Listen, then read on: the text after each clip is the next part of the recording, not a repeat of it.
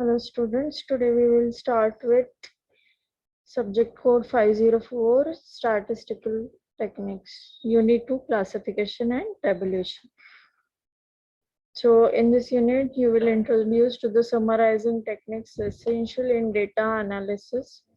To begin with the concept of data, there are two types of data, that is ungroup and group data.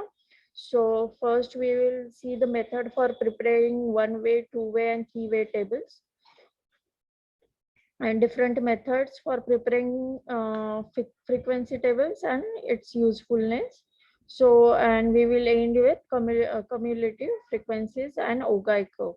So, introduction. So, in every walk of life, we always ask for the data. There are two types. First, we see the raw data, which is unprocessed, and after processing, it will give the information. So some reliable agencies that collect this data using survey method samples are collected. So if the researcher collects the data on his own, then for him such data is called as the primary data. Another researcher or the user can use the data collected by one agency. So for another user, these data will be labeled as secondary data. So these data is divided into two parts, that is primary data, which is collected through the user, and then when the user uses the another agency's data, then this is called as secondary data. So primary data and secondary data. If these data are not sufficient, then only one can plan for primary data. In sample or census survey, it is necessary to train the investigators first, and then only they should collect the appropriate data. So these data are called as raw data or unprocessed data. When it after processing, this data is converted into the information. So raw data collected must be arranged in a neat systematic form. So representation of data in a good understandable format is an art. So this must be attractive. Silent features of the data must be figured out promptly. So there are three ways to representation of data, that is textual representations, tabular representation and diagrammatic representation. So representation of data, first we will see the textual representation. In textual representation, the data are described in the paragraphs. Okay, the data is in the form of text, paragraph form. If the linguistic style is not user friendly or poor, users cannot read whatever it is expected. So in such poorly constructed text, the necessary information is either missing or cannot be located easily. Illustration of textual representations. Here is the given as the how to read the paragraph similar to above. You will have to make a special efforts to understand the meaning of each sentence. And then next is, first we have seen the textual representation, then tabular representation. Tabular representation is most suitable in many situations. It has different merits, having a diagrammatic presentation effect and easy to understand. So in tabulation, all the information is visible at a glance. We will study at a typical statistical table or and its parts. Next is a statistical table. The data collected can be presented in one way, two way and three way table. So there are three types of tables: one way, two way and three-way table. Whatever may be the type of the table, an ideal table must be following parts. So title, rows, columns. Rows can be said by sub heading. Columns can be called as captions, and footnote for the explanation, sources of the information. These are the important things, or the following parts which are important. So the numerical data are entered in the body of the table. So this is about the statistical table. Here you can see the sample of the statistical table. You have to put the title of the table, then stub is given, that is rows are given, then columns are given, and body of the table. heading of the rows and subheadings. So footnote under this table and sources of the information. So this is about the statistical table. Next is there are different types of the tables. If the data consists of values of a single characteristics of the observed unit, then you can prepare the one-way table. If you have two such characteristics, then you need to make a two-way table, and do not prepare tables of the dimensions higher than the 3 because they are very complicated to understand. So we shall study the three types of statistical table, that is one-way, two-way and three-way table. So first we will see the what is one-way table. So if we own, if we you are having the one characteristics as observed, then the table representing such data, then this table is called as one-way table. Here the first column consists of the values of the characteristics under consideration, and the second column consists of the frequency. So you can see, so here the table of 2.1, the faculty is given and number of students. There are two columns, faculty, science, arts and total is given, and number of students also mentioned here.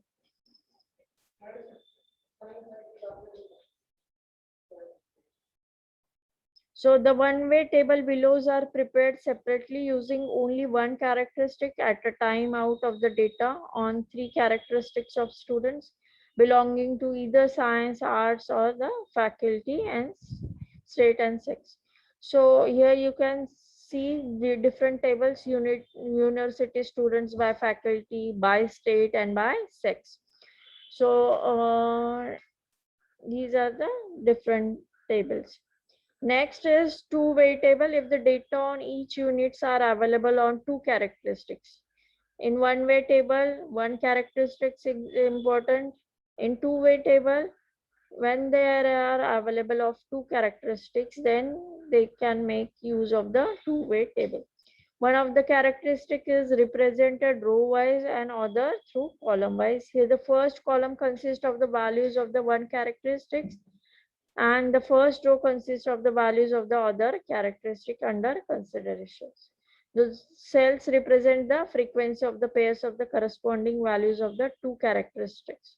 So such tables also helps us to understand the relation between the two characteristics. Okay, it will identify or helps to understand the relationship between the two characteristics. And three-way tables are given below. In these tables, 2 out of 3 characteristics like faculty and state, faculty and sex, and state and sex are considered one by one. Okay. So here you can see in table 2.4, the states are given like Maharashtra and other than Maharashtra and total, and faculty is given vertically, that is science, arts and total. So here is the table. Three-way table, when the information is to be reported on three characteristics. In one way, one characteristics. In two-way, there are two characteristics. And in three-way, three characteristics of the units, you will require a three-way table. So it is little complicated table, but there are many occasions where such tables are reported. So here each column representing one value of the second characteristics is subdivided into sub-column, each representing one value of the third characteristics. The three characteristics being reported are faculty, state and sex. Here sex is considered to be less important characteristics and is appearing as a subclass of the states. So requirements of good statistical table. A table should possess a brief but a self-explanatory title which can answer what, when and where about the data. Heading of the rows, that is stub, and columns captions should be clearly stated. Unit should be mentioned when there is necessity. So avoid short forms of as far as possible. These are the requirements of how to make the statistical table.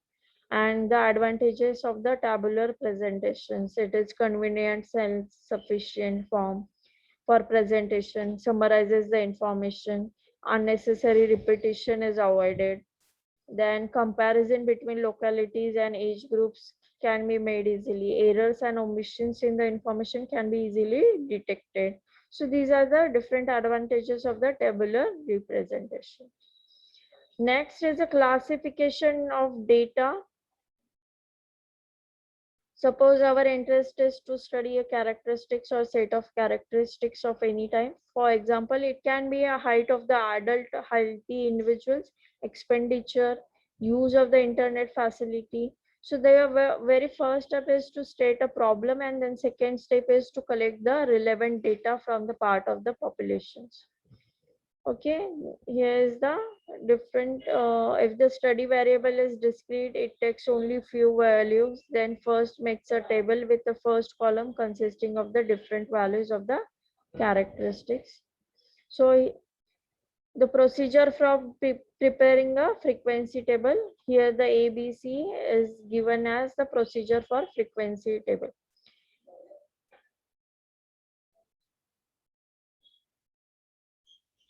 So here you can see the misprint example of 100 pages, misprints in books of 100 pages. The frequency distribution of the values is prepared taking single values classes as 0 to 5, and 5 is the maximum number of misprints on the page. So here you can see the number of zeros here. So 4 zeros are there. So tally max is given as 1 line, 2 line, and 3 line, and 4 line. So zeros are occurred 4 times. So frequency is 4. Then one number is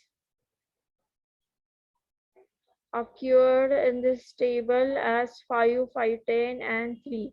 So 13 times. Frequency of the one number will be 13.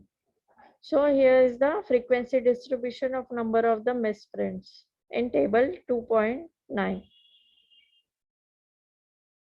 Next example is also given. The weights of the adults is given, and frequency distribution of the weights of the 100 individuals is given in table 2.11. Here you can see the frequency distribution of the weights of the 100 individuals.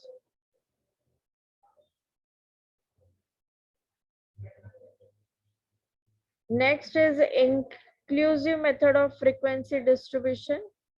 So if the observation equal to lower value of class and the observation equal to upper value of class are included in the same class, then it is called as inclusive method of the frequency distribution. If the observation equal to lower value of the class and the equal to upper class value of the class are included in the same class, then it is called as inclusive method.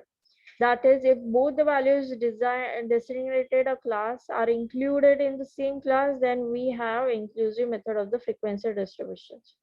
Next is the exclusive method of frequency distribution.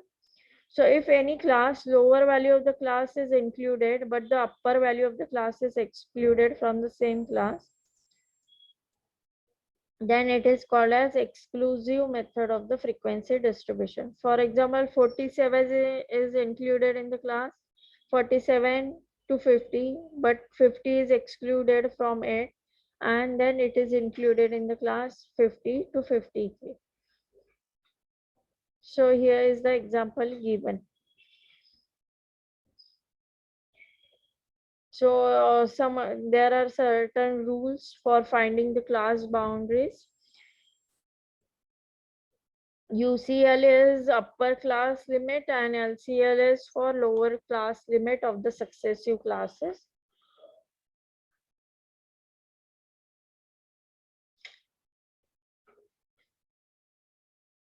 So class width, what is the class width? The difference between UCB and upper class boundary and lower class boundary class is defined as class width. Then mid value class mark, it is central value of the class. So it is average of lower class limit and upper class limit. So it is calculated as LCL plus UCL divided by 2 or LCB plus UCB divided by 2. So you will get the class mark. Next is relative frequency. Relative frequency of class is given by f by n, where f denotes the frequency and n denotes the total frequency. When it is multiplied by 100, then you can call it as percent relative frequency. Frequency density, number of units in class per unit length of a class is known as frequency density.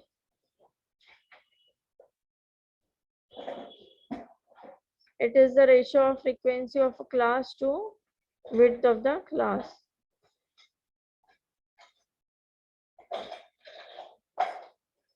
So frequency distribution of weights of 100 adults is given, weight in kg, class boundaries is given, class mark, that is mid value, frequency is given, relative frequency which is calculated using f by n, then percent relative frequency which is multiplied by 100, and frequency density which is f by h. Okay, so this is a preparing a frequency distribution is a process of summarization of the data. So summarization certainly leads to some loss of the information. Next, we will see the cumulative frequency distributions. So when raw data is condensed in the form of frequency distribution, what sort of the information we generate? The frequency distribution informs us how many values of the characteristics being studied belong to particular class. So we will see the exact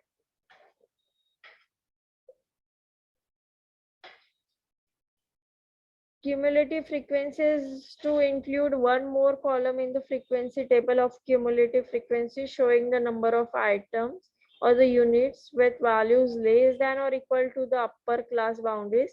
Such cumulative frequency are called as less than cumulative frequency, which is denoted by CF down arrow, okay, or CFLT.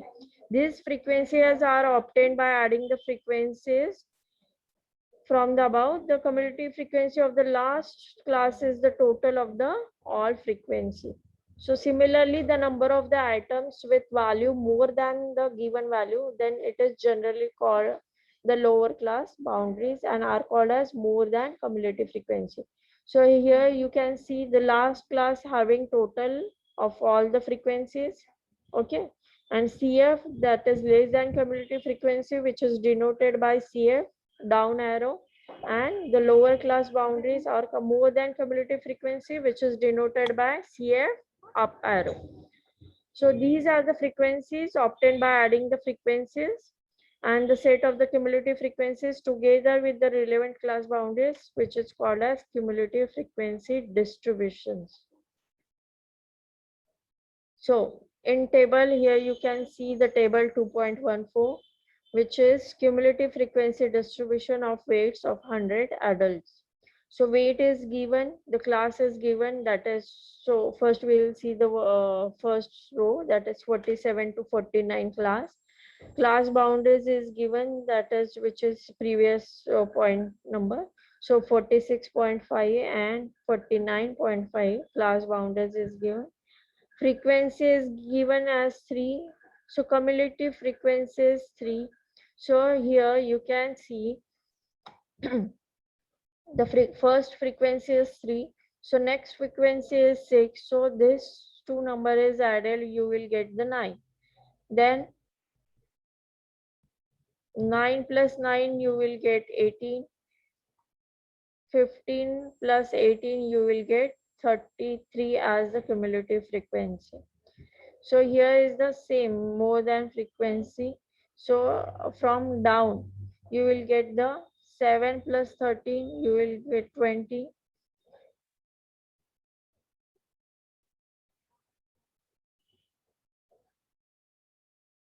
So this is frequency distribution of weight of 100.